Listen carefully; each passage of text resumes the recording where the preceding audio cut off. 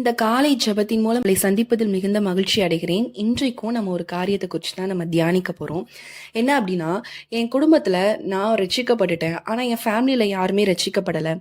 இல்ல நான் மட்டும் தான் பிரேயர் லைஃப்ல இருக்கேன். அவங்களும் ரட்சிக்கப்பட்டிருக்காங்க. பட் ஆனா அவங்க பிரேயர் லைஃப்ல இல்ல. இதனால என்ன ஆகுது அப்படின்னா, நிறைய பிரச்சனைகள் வருது. ஒரே போராட்டமா இருக்கு. அவங்களும் பிரேயர்ல இருந்தாங்க அப்படின்னா கொஞ்சம் ஈஸியா இருக்குமே. எனக்குள்ள ஸ்ட்ரகிள்ஸ் இருக்காது. அந்த போராட்டங்கள் இருக்காது.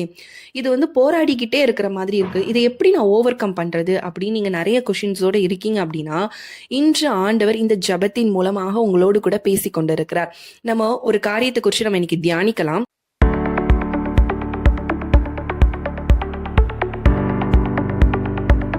சாமுவேல் 25ஆம் அதிகாரம் நீங்க பாத்தீங்க அப்படின்னா, அதுல அபிகாயில் அப்படிங்கிற ஒரு பெண்ணை குறித்து நம்ம இங்க பார்க்கலாம்.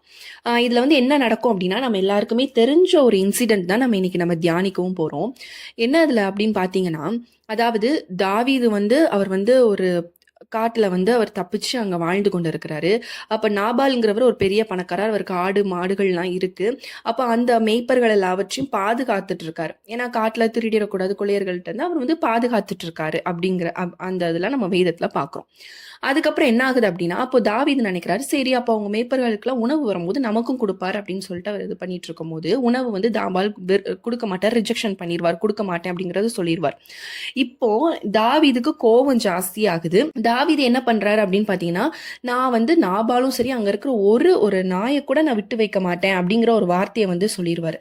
அப்போ இந்த நியூஸ் என்ன ஆகுது அப்படின்னா, அபிகாயேல் அவங்களோட வேலைக்காரங்க ஒருத்தவங்க மூலமா அந்த நியூஸ் போகுது. தாவீது இப்படி கோவமா இருக்காரு, இப்படி எல்லாத்தையும் அழிச்சிருவாரு அப்படிங்கிற ஒரு கோபத்துல வந்துட்டு இருக்காரு அப்படிங்கறத அவங்க சொல்றாங்க. அபிகாயேல் என்ன பண்றாங்க அப்படின்னு பாருங்க. 18வது வசனத்துல சொல்லப்பட்டிருக்கு, அப்பொழுது அபிகாயேல் தீவிரமாய் 200 அப்பங்களையும் 2 துருத்தி திராட்சரசத்தையும் சமையல் பண்ணப்பட்ட 5 ஆடுகளையும் 5 படி வறுத்த பயிற்சையும் வற்றலாக்கப்பட்ட 100 திராட்சை கொலைகளையும் வற்றலான 200 அத்திப்பழ அடைகளையும் எடுத்து கழுதைகள் மேல் ஏற்றி தன் வேலைக்காரரை பார்த்து, நீங்கள் எனக்கு முன்னே போங்கள், இதோ நான் உங்கள் பின்னே வருகிறேன் என்று சொல்லி அனுப்பினாள். புருஷனாகிய நாபாலுக்கு அதை அறிவிக்கவில்லை அப்படிங்கிறத இங்க பாக்குறோம். இங்க என்னன்னா, ஏன்னா நாபால் அங்க குடித்து வெறித்து அங்க இருக்கிறத அங்க நம்ம பாக்குறோம். தொடர்ந்து வாசிச்சீங்கன்னா அதுல சொல்லப்பட்டிருக்கு. இப்போ என்னன்னா, நியூஸ் வந்துருச்சு, உடனே ஃபிராக்ஷன் ஆஃப் செகண்ட் தீவிரமா, அந்த வேர்டு தான் இங்க ஹைலைட்டட், தீவிரமா செயல்படுறாங்க. அங்க ஒரு பிரச்சனை வருது அப்படின்னா இவங்க தான் ரெஸ்பான்சிபிளான ஒரு மனைவியாக, இப்ப குடும்பத்துல ஒரு கணவர், நீங்க ரட்சிக்கப்பட்ட ரெஸ்பான்சிபிளான ஒரு கணவராக நம்ம தீவிரமா செயல்படணும். இங்க தீவிரமா அபிகாயேல் என்ன பண்றாங்க அப்படின்னா செயல்படுறாங்க. என்ன பண்றாங்கன்னா, உடனே ப்ரிப்பரேஷன்ஸ் நடக்குது. என்ன நடக்குதுன்னா, 200 அப்பங்கள், அப்பனா எவ்வளோன்னு பாத்துக்கோங்க. ஒரு சப்பாத்தி 2 சப்பாத்தி மாதிரி அங்க 200 அப்பங்களை ரெடி பண்றாங்க. திராட்சை ரசம், ஆடு மாடு எல்லாமே அங்க பயங்கரமான ஒரு பெரிய ப்ரிப்பரேஷன்ஸ். இது எல்லாமே உடனே டபன் கடன் எல்லாத்தையும் ஃபாஸ்டா பண்றாங்க. இப்ப ஃபாஸ்டா பண்ணிட்டு என்ன பண்ணிடுறாங்கன்னா, வேலைக்கார ஃபர்ஸ்ட் அனுப்பிடுறாங்க, நீங்க போங்க நான் பின்னாடியே வரேன்னு சொல்லிட்டு. இப்ப அவங்க போறாங்க. என்ன ஆகுது அப்படின்னா, 23ஆம் வசனத்துல சொல்லப்பட்டிருக்கு, அபிகாயேல் தாவீதை காண்கையில் தீவிரமாய் கழுதையை விட்டு இறங்கி தாவீதுக்கு நேராக தலையில் முகக்குப்புற விழுந்து பணிந்து அப்படின்னு பாக்குறோம். அதுக்கப்புறம் அவங்க பேசின வார்த்தைகள்லாம் நம்ம தொடர்ந்து நம்ம பார்க்கலாம். என்ன ஆகுது அப்படின்னா, தாவீத அவங்க கொஞ்சம் லேட் பண்ணியிருந்தாங்கன்னா தாவீது கரெக்டா என்ட்ரி கொடுத்துருப்பாரு. ஆனா இவங்க ஃபிராக்ஷன் ஆஃப் செகண்ட்ல தீவிரமா அங்க செயல்பட்டனால அங்க ஒரு பெரும் இழப்பை என்ன பண்ணிருக்காங்கன்னா, பெரும் விபத்து நடக்க வேண்டியதை இவங்க தடுத்திருக்காங்க. அப்போ இவங்க போய் அங்க அவங்கள உடனே தீவிரமா நிப்பாட்டி இறங்கி அவங்கள தானே குனிந்து வணங்கி இவங்க கிட்ட சொல்றாங்க, நான் அவங்க கிட்ட பேசணும் அப்படின்னு தாழ்மையான சில விஷயங்கள் பேசும்பொழுது, நீங்க அதாவது கையில ரத்தப்பள்ளி சுமரக்கூடாது அப்படிங்கிற காரியங்கள்லாம் அவங்க பேசுறத நம்ம பாக்குறோம். அவங்க பேசுனதுல என்ன ஆகுறாங்க அப்படின்னு பாத்தீங்கன்னா, தாவீது அவ்வளவு கோபமா இருந்த தாவீது இந்த அபிகாயிலோட ஞானமான செயல்கள்னால அந்த தாவீது அந்த வார்த்தை சொல்லுவாரு பாருங்க. 34வது வசனத்துல சொல்லப்பட்டிருக்கு, நீ தீவிரமாய் என்னை சந்திக்க வராமல் இருந்தாயானால் பொழுது விடியும் மட்டும் நாபாலுக்கு ஒரு நாயையும் உயிரோடு படுவதில்லை என்று அப்படின்னு சொல்றார். நீ தீவிரமாய் நீ மட்டும் ஸ்பான்டேனியஸா, அதாவது உடனே நீ ஃபிராக்ஷன் ஆஃப் செகண்ட்ல உடனே நீ செயல்படாம இருந்திருந்தனா இன்றைக்கு ஒரு பெரும் இழப்பு வந்திருக்கும் அப்படிங்கிறத தாவீது சொல்றார். அப்போ இதை நம்ம நம்மளோட லைஃப்ல நம்ம அப்ளை பண்ணி பார்க்க போறோம். நம்ம குடும்பத்துல நீங்க மட்டும் ரசிக்கப்படுறீங்க, உங்க ஹஸ்பண்ட் மட்டும் ரசிக்கப்படுறீங்க, உங்க குடும்பத்துல உங்க பிள்ளைங்க மட்டும் ரசிக்கப்பட்டிருக்கீங்க அப்படின்னா நீங்க தீவிரமா இன்னைக்கு செயல்படணும். அதை தான் ஆண்டவர் இங்க சொல்ல வர்றார். தீவிரமா என்ன செயல்படணும் அப்படின்னா, நான் மட்டும் ரட்சிக்கப்பட்டிருக்கேன்னா என் குடும்பத்துல இருக்கவங்களும் ரட்சிக்கப்படணும். அதுக்கு நான் தீவிரமா செயல்படணும். அவங்களோட ஆத்மாவும் பரலோகத்துக்கு வரணும். அதுக்கு நான் தீவிரமா செயல்படணும். அவங்களும் தேவனுடைய ராஜ்யத்துல பங்கடையணும். அவங்களுக்குள்ளேயும் வல்லமை வரங்கள் வரணும். நாங்க குடும்பமா சேர்ந்து ஊழியம் செய்யணும். குடும்பமா தேவனுக்காக நாங்க அறுவடை செய்யணும். அப்படிங்கிற ஒரு காரியத்துக்காக நீங்க என்ன பண்ண போறீங்கன்னா தீவிரமா செயல்பட போறீங்க. தீவிரமா என்ன செயல்படலாம்? அதுக்காக தீவிரமா ஜெபிக்க போறோம். அப்போ நம்ம தீவிரமா ஜெபிக்க இத்தனை நாள் நம்ம சோர்ந்து போயிருக்கலாம், நம்ம அசதியா இருந்திருக்கலாம். ஆனா நம்ம தீவிரமாய் செயல்படும் பொழுது அபிகாயில் இன்னொன்னு பாக்குறோம். தீவிரமாய்ங்கிறத தாண்டி ஞானமா எப்படி கன்வே பண்ணணும்ங்கிறத பாக்குறோம். அவங்க அவ்வளவு ஒரு பணக்கார ஒரு ஸ்ரீயா இருந்தாலும் அவங்க தரையில் விழுந்து பணிந்து, நான் உங்ககிட்ட பேச வேண்டும், நான் அடியானாகிய நான் உங்ககிட்ட கொஞ்சம் பேசுறது நீங்க செவி கொடுத்து கேட்க வேண்டும் அப்படின்னு சொல்லி அவங்க தாழ்மையா பேசுறத தாவீதோட பெரிய கோபமே என்ன பண்ணுது அப்படின்னா தனியுது. அப்போ அதே மாதிரி ஒரு கோபத்துல உங்க ஒய்ஃப் ரட்சிக்கப்படாதவங்களா இருக்கலாம், உங்க ஹஸ்பண்ட் ரட்சிக்கப்படாத, ஒரு சண்டை வருது, அவங்க கத்துன்னு கத்துறாங்கன்னா நீங்க பேசுற அந்த ஒரு ஞானத்தோடு நீங்க பேசுறதுல அவங்க என்ன ஆகணும், அவங்களுடைய கோபம் என்ன பண்ணணும், சாந்தமாகணும். அந்த ஒரு சுபாவம் நம்மளுக்குள்ள வேணும். அந்த ஒரு ஞானம் நமக்குள்ள வேணும். எந்த இடத்துல எப்படி பேசி தீவிரமாய் ஒரு பெரிய ஆபத்து வரப்போகுது, ஒரு பெரிய சேதம் வரப்போகுதுன்னா அதை நம்ம உணர்ந்து அதை முன்னாடி நம்மளுக்கு தெரிந்து அதை என்ன பண்ணோம்னா தீவிரமா அதை எப்படி தடுக்கிறதுக்கு அதற்கான முயற்சிகள் நான் என்னெல்லாம் பண்ணணும். அதுக்கு தேவனிடத்துல இருந்து எனக்கு ஒரு ஞானம் தேவைப்படுது. இன்றைக்கு இந்த காரியத்தை குறித்து தான் நம்ம விசேஷமாய் ஜெபிக்க போறோம். அபிகாயில் எப்படி தீவிரமாய் அவங்க செயல்பட்டதுனால ஒரு பெரு விபத்துல இருந்து ஆண்டவர் காப்பாத்தினார். அதுக்கப்புறம் தான் பாக்குறோம் அவர் குடித்து வெறித்து அவர் அடுத்த நாள் அப்புறம் தான் அவங்க ஒய்ஃப் சொல்லுவாங்க இப்படி ஒரு இன்சிடென்ட் நடந்துச்சு அப்படிங்கிறதே அவங்க சொல்றதை நம்ம பாக்குறோம். அதே மாதிரி தான் நம்ம சில சூழ்நிலைகளுக்கு ஏற்ற மாதிரி நம்ம சீக்கிரமா தீவிரமாய் செயல்படுற மாதிரி சூழ்நிலைகள் ஆண்டவர் ஏற்படுத்தி கொடுப்பாரு. அதை நம்ம கரெக்டா பண்ணோம்னா பெரும் விபத்துல இருந்து ஆண்டவர் நம்மளை காப்பாற்றுவார். இன்று கூட நம்ம இதற்காக தான் நம்ம கண்களை மூடி நம்ம ஜெபிக்க போறோம். எல்லாருமே நல்ல உங்களால முழங்கால் போட முடியும்னா முழங்கால் போடுங்க, இல்லைன்னா கண்களை மூடி நல்ல ஒரு டெடிகேஷனோட நம்ம இன்றைக்கு ஜெபிக்க போறோம். ஆண்டவரே, நான் என் குடும்பத்துல ரட்சிக்கப்படுறேன், நான் இன்றைக்கு தீவிரமா ஜெபிக்கிறேன்.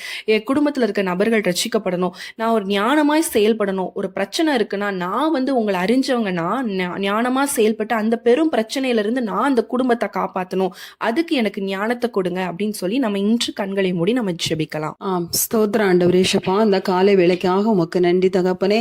இந்த காலை வேளையிலே ஐயா நீர் எங்களோடு கூடப்பா வேதம் மூலமாய் பேசியிருக்கிறீரப்பா ஆண்டவரே. எப்படி அந்த அபிகால் ஆண்டவரே அப்பா ஒரு புத்தியாக அந்த இடத்துலப்பா தீவிரமாய் செயல்பட்டாங்கிற குறித்து ஐயா நாங்கள் தியானித்திருக்கிறோம் ஆண்டவரே. இந்த நாளிலேயும் எங்களோடு இணைந்து அப்பா இந்த நேரத்துல வந்திருக்கிற ஜெபிக்கிற பிள்ளைகளுக்காய் உம்முடைய சமூகத்துல நாங்கள் வருகிறோம் ஆண்டவரே. ஷப்பா, குடும்பத்துல ஆண்டவரே ஒருவர் ரட்சிக்கப்பட்டு அப்பா மற்றுள்ளவர்கள் ரட்சிக்கப்படாமல் இருக்கலாம் ஐயா. இந்த நாளிலே பார்த்து கொண்டிருக்கிற பிள்ளைகளுக்காய் உம்முடைய சமூகத்துல நாங்கள் வருகிறோம் ஆண்டவரே. ஷப்பா, பாப்பா நீங்க இறங்க வேண்டுமாய் அப்பா. ரட்சிப்பில்லாத குடும்பத்துக்குள்ள ஆண்டவரே அப்பா ஒருத்தர் ரட்சிக்கப்பட்டு ஒருவர் ரட்சிக்கப்படலைனால் அந்த குடும்பங்களுக்குள்ள அவ்வளவு பிரச்சனைகள், அவ்வளவு போராட்டங்கள் தகப்பனே அப்பா. அதை ஆண்டவரை பிள்ளைகள் தாண்ட முடியாமல் அப்பா இன்னைக்கு கலங்கி கொண்டு இருக்கிறாமையா அப்பா. அவர்களுக்காகத்தான் இந்த ஜெபத்தை நீங்க ஏறெடுக்க வைத்திருக்கிறீங்க தகப்பனே. இந்த நாளில் அவர்கள் தீவிரமாய் இறங்கி ஜெபிக்கும் போது தகப்பனே அப்பா அந்த ஜெபத்தினால் அந்த குடும்பங்களுக்குள்ள சமாதானம் உண்டாகும் தகப்பனே அப்பா. நீங்க இறங்க வேண்டுமாய் ஜெபிக்கிறோம் அப்பா. இந்த நாளில் அப்பா இந்த மாதிரி ரட்சிக்கப்படாம இருக்கிற குடும்பத்துக்காக, ரட்சிக்கப்படாம இருக்கிற நபர்களுக்காய் ஏசப்பா அவங்க சமூகத்துல நாங்கள் வருகிறோம் ஏசப்பா.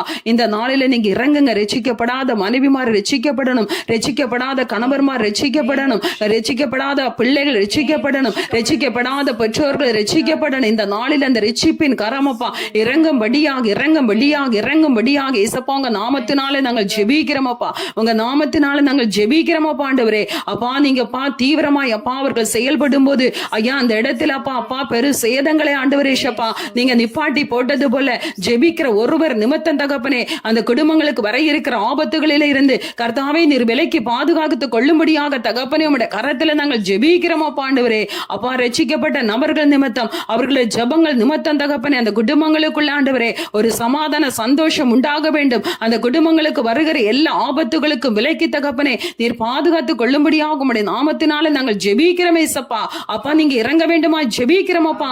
இதை பார்த்து கொண்டிருக்கிற, இதை பார்த்து எங்களோடு இணைந்து ஜெபிக்கிற ஒவ்வொரு பிள்ளைகளுடைய குடும்பங்களுக்குள்ளே ரட்சிப்பு வருவதாகப்பா அப்பா ஆண்டவரே உம்முடைய வருகை சமீபமாய் இருக்குது ஐயா. ஐயா ஆண்டவரே, அதற்குள்ளாக எல்லாரும் ரட்சிக்கப்படணும். குடும்பம் குடும்பமாய் ஊழியம் செய்யணும் ஐயா. குடும்பம் குடும்பமாய் கர்த்தருடைய ராஜ்யத்துக்குன்னு ஆத்தும அறுவடைகள் செய்யத்தக்கதாய் பிள்ளைகள் எழும்பத்தக்கதாக ஐயா உம்முடைய ரட்சிப்பின் கரம் ஒவ்வொரு குடும்பத்தின் மேல் இறங்க வேண்டுமாய் அப்பா இயேசுவின் நாமத்தினால நாங்கள் ஜெபிக்கிறோம் அப்பா ஆண்டவரே. அப்பா ரட்சிப்பு உம்முடையதையா. நாங்கள் ஜெபிக்கும் போது இன்னைக்கு யாரெல்லாம் எங்களோட இணைந்து ஜெபிக்கிறாங்களோ அவங்க குடும்பங்களுக்குள்ள அந்த ரட்சிப்பின் கரம் கர்த்தருடைய கரம் இறங்கி ஒவ்வொருடைய இருதயங்களை தொடட்டும் தகப்பனே. அப்பா உங்க கரத்துல ஒப்பு கொடுக்கிறப்பா. அப்பா ஸ்தோத்திரிக்கிறப்பா. ரட்சிக்கப்பட்ட தாய்மாரா இருக்கலாம் ஐயா. அப்பா உங்க பிள்ளைகளோடு பேசும்போது அந்த ஞானத்தோட பேசுகிற அந்த கிருபைகளை கொடுங்கப்பா. அந்த ஞானமாய் பேசி அந்த பிள்ளைகளை கர்த்தர் பக்கமாய் திருப்புகிற அந்த கிருபைகளை கொடுக்க வேண்டுமாய் ஜெபிக்கிறப்பா. அப்பா மனைவிகளோடு பேசும்போது கணவர்மாருக்கு அந்த ஞானத்தை கொடுக்க வேண்டுமாய் ஜெபிக்கிறோமப்பா. அப்பா ஆண்டவரே ஸ்தோத்திரிக்கிறோமப்பா ஆண்டவரே. அப்பா ஆண்டவரே அப்பா ஸ்தோத்திரம் தகப்பனே. கணவர்மாருக்கு மனைவிகளோடு பேசும்போது அந்த ஞானம் வெளிப்படட்டும். அவங்களை கர்த்தருக்குள்ள எப்படி நடத்தணுங்கிற அந்த ஞானம் அவர்களுக்குள்ள வெளிப்படும்படியாக தகப்பனே உம்முடைய நாமத்தினால நாங்கள் ஜெபிக்கிறோமப்பா ஆண்டவரே. இந்த நாளில் எங்களோடு இணைந்து ஜெபிக்கிற ஒவ்வொரு பிள்ளைகளுடைய குடும்பத்திலையும் அந்த ரட்சிப்பை கர்த்தர் கட்டளையிடுகிறதற்காய் நீர் உண்டு பண்ணுகிறதற்காய் அப்பா உமக்கு ஸ்தோத்திரம் அப்பா ஆண்டவரே. நன்றியோடுமை துதிக்கிறமையா. தீவிரமாய் அவங்க செயல்படுகிறதுனால, தீவிரமாய் ஜெபிக்கிறதுனால அவங்க குடும்பங்களுக்குள்ள அப்பா ஒரு ரட்சிப்பின் சந்தோஷம் உண்டாகிறதப்பா ஆண்டவரே. இந்த நாளில் எங்களோடு இணைந்த ஜெபித்த ஒவ்வொரு பிள்ளைகளுடைய குடும்பத்திலையும் அந்த ரட்சிப்பின் சந்தோஷம் உண்டாகிறதையா. அப்பா ஆண்டவரே அவங்களுக்குள்ள ஒரு சமாதானத்தை அந்த இடத்துல நிதானிச்சு பேசும்போது அப்பா நீர் பெரிய காரியத்தை அந்த குடும்பங்களுக்குள்ள செய்கிறீரப்பா. குடும்பங்களே இருக்கிற எல்லா பிரிவினைகளை கசப்புகளை எல்லாவற்றையும் மாற்றி குடும்பமாய் இணைந்துமை ஆராதிக்கும்படியாக தொழுது கொள்ளும்படியான அந்த கிருபையை கர்த்தர் இன்றைக்கு அந்த குடும்பங்களுக்குள்ளே கொடுக்கிறதற்காய் அப்பா நீங்க செய்கிறதற்காய் உமக்கு ஸ்தோத்திரம் அப்பா. ஜெபத்தை கேட்டபடினாலும் உமக்கு நன்றி அப்பா. எங்களை தாழ்த்தி ஒப்பு கொடுக்கிறோம் தகப்பனே. அப்பா எங்களை முற்றிலுமாய் உம்முடைய கரத்தில் ஒப்பு கொடுக்கிறோம். ஆத்துமாவே கர்த்தரை ஸ்தோத்திரி, என் முழுமே பரிசுத்த நாமத்தை ஸ்தோத்திரி. என் ஆத்துமாவே கர்த்தரை ஸ்தோத்திரி, கர்த்தர் சகல உபகாரங்களும் மறவாதே. ஆமென். இந்த நாளிலேயும் தேவன் உங்களோடு கூட பேசி இருக்கிறார். தீவிரமாக, அதாவது இன்னும் ஜெபத்துல ஜெபிக்கிறீங்க, நான் ஜெபிச்சுட்டு தான் இருக்கிறேன் அப்படின்னு நீங்க ஒரு சிலவங்க சொல்லலாம். ஆனா இன்னும் தீவிரமா எப்படி அந்த அபிகா தீவிரமா செயல்பட்டாங்களோ அது போல ஏன்னா இந்த கடைசி காலங்களுக்குள்ள வந்திருக்கிறோம். அது தீவிரமா நம்ம ஜெபிக்கும் போதுதான் நம்ம குடும்பங்கள்ல இருக்கிற பிள்ளைகள் ஆனாலும் கணவர் மனைவி யாரா இருந்தாலும் அந்த ரட்சிப்புக்குள்ள கொண்டு வர நம்ம இன்னும் அதிகமாக தீவிரமாய் நம்ம ஜெபிக்கணும். இன்னொன்னு அந்த இடங்கள்ல ஒரு பிரச்சனைகள் காரியங்கள் வரும்போது நிதானிச்சு பேசுற அந்த ஞானத்தை கர்த்தர் எங்களுக்கு தர வேண்டும்னு சொல்லி நீங்க ஒவ்வொரு நாளும் இதற்காக ஜெபப்படுங்க. நிச்சயமாகவே ஆண்டவர் உங்களை ஆசீர்வதிப்பார். ஆமென்.